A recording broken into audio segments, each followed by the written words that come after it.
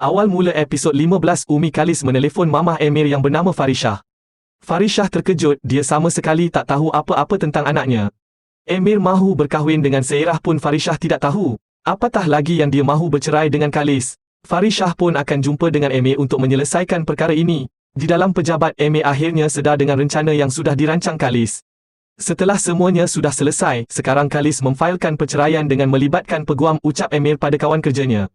Kawan kerjanya pun kata bahawa Khalis adalah sosok isteri yang bijak, dia sudah menyusun strategi dengan mantap. Dan sudah pasti segala perkara yang Khalis lakukan ini akan membuat Emir menyesal seumur hidup. Masa jumpa dengan Emir, Farishah sangat marah dan kecewa pada anaknya itu. Bagaimana bisa Emir terpikat dengan Sairah sampai dia sanggup mengorbankan perkahwinannya bersama Khalis? Dan bagaimana bisa Emir tak meminta izin darinya untuk berkahwin lagi? Untuk saat ini, bagi Farishah permintaan maaf dari Emir sudah tidak berguna lagi. Dia pun minta agar Emir tinggalkan Sairah dan kembali semula pada Khalis. Di kampung rumahnya, Khalis curhat pada Khalifah pasal Umi dan Abi yang masih menyalahkannya sebab orang tuanya itu hanya menyudutkannya tanpa tahu sesakit apa hatinya bila tahu suaminya sudah berbuat curang, dan sebagai seorang isteri, Khalis berhak untuk membuat suatu keputusan. Khalifah pun cakap dan menasihatkan Khalis bahawa dia tak boleh sepenuhnya salahkan Umi dan Abinya sebab selama ini Khalis hanya diam tak beritahu mereka pasal perkara ini. Tiba-tiba ada seseorang lelaki masuk memberi salam. Lelaki tersebut bernama Aryan. Selama ini dia tinggal di Kuala Lumpur. Selama Aryan tinggal di sana, dia tidak diberitahu jika Khalis sudah berkahwin dengan Emir. Sebenarnya Aryan sudah lama cintakan Khalis. Aryan pun juga sudah tahu tentang perkara Khalis yang nak bercerai dengan Emir. Khalis pun perasan, dia marah pada Aryan. Khalis cakap bahawa sekarang semua orang hanya mahu menyalahkannya. Aryan pun balik marah sebab Khalis terlalu fikirkan ego. Sebab Khalis minta semua orang agar faham dengannya. Namun Khalis tidak mahu memahami perasaan orang lain. Aryan pun beritahu jika dulu pada suatu malam dia menunggu Khalis sangat lama. Tapi Khalis tidak datang. Dia pun berputus asa dan pergi ke Kuala Lumpur. Namun ketika Aryan balik dengan membawa harapan yang besar, rupa-rupanya Khalis sudah berkahwin dengan Emir. Khalis sama sekali tak mahu memahami perasaan sakit yang dirasa oleh Aryan itu. Khalis pun berlalu pergi sambil air mata menitis menuju pesisir pantai dan segera diekori oleh Aryan. Khalis sudah stres, dia penat semua orang salahkan dia. Khalis dengan Aryan pun bergaduh di sana. Khalis cakap dia dulu dipaksa berkahwin dengan Emir, dia pun tak menolak sebab takut jadi anak derhaka.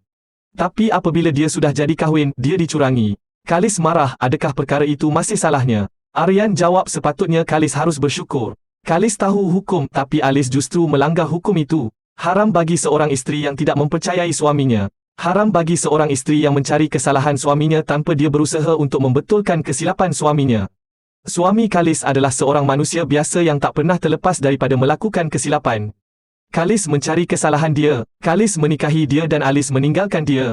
Khalis pun jatuh lunglai di depan Aryan. Khalis sudah tidak kuat. Dia pun meminta tolong pada Aryan untuk membantunya. Tanpa mereka sedar, ada seseorang lelaki yang melihat mereka berdua. Lelaki tersebut anggap bahawa Khalis dengan Aryan sedang berzina. Dia pun segera melaporkan hal itu kepada Abi. Abi sangat marah. Penduduk lingkungan kampung itu pun sangat malu dengan perbuatan Khalis dan Aryan.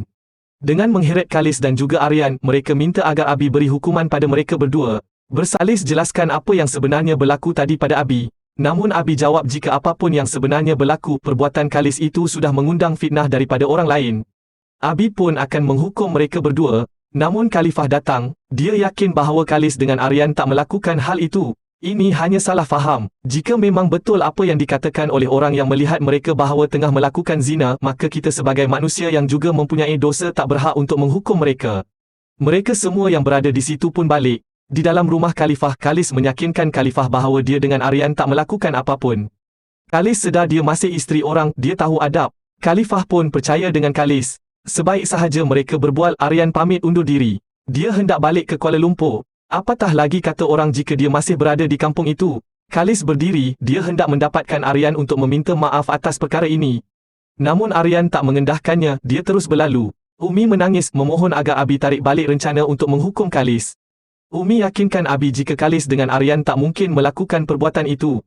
Namun Abi dengan fikiran kolot dan degilnya akan tetap melakukannya. Sebab tarekat mesti seiring dengan fikrah. Di tempat tinggal Sairah, Sairah tanya pada Emir adakah dia mahu menceraikan Khalis atau tidak. Emir jawab jika tiada sebab untuk dia berbuat begitu. Emir sangat cintakan Khalis. Dia tak mahu melepaskan Khalis. Khalis tak pernah buat salah, Khalis sempurna tapi Emir yang tak tahu diri. Tiba-tiba telefon Emir berbunyi, rupanya Abi yang menelefon. Di sana Abi cakap bahawa dia sudah tahu semua perkara yang telah berlaku. Dia tak mahu Khalis dengan Emir bercerai. Seorang perempuan datang ke mahkamah dan menuntut cerai itu sangat memalukan. Kalaupun dia tak redha, sepatutnya Emir yang melepaskan Khalis dengan cara yang baik. Abi minta agar Emir ejar Khalis supaya jadi isteri yang baik, yang punya adab. Kalau dia mahu bercerai, minta dengan cara yang baik. Abi terus menutup telefonnya. Fikiran Emir sekarang hanya bagaimana dia bisa gagalkan perceraian ini. Seirah kemudian mahu bantu, dia akan jumpa Khalis untuk berbincang tentang perkara ini. Namun Emir menolak sebab dia sangat mengerti bagaimana sifat Khalis itu. Esok harinya, Khalis datang ke apartemen Yasminah. Dia ceritakan perkara yang berlaku dengan Aryan semalam. Dia juga ceritakan tentang dirinya yang sudah tuntut cerai. Yasminah sangat terkejut, namun Khalis minta pada Yasminah untuk biarkan dia memilih keputusannya sendiri. Dia tak mahu orang lain ikut campur apatah lagi menyalahkannya. Khalis pun berfikir dia mahu keluar dari rumah dan meminta izin pada Yasminah agar dia menumpang sementara ke apartemen Yasminah. Khalis pun balik ke rumah untuk ambil barang. Kemudian Seirah menelefonnya. Dia minta Khalis untuk jumpa untuk berbincang secara bersemuka tentang perkara ini. Namun segera ditolak oleh Khalis. Khalis tak mahu jumpa dengan perempuan yang tak mengerti perasaan sesama perempuan. Tampak kecewa muka Seirah mendengarnya. Seirah pun mendatangi apartemen Yasminah. Dia minta tolong pada Yasminah agar mahu membantunya untuk bujuk Khalis. Dengan tegas, Yasminah menolak permintaan itu. Dia tak mahu sebab dia turut sakit hati dengan Seirah yang sudah tega jadi perampas suami kawannya.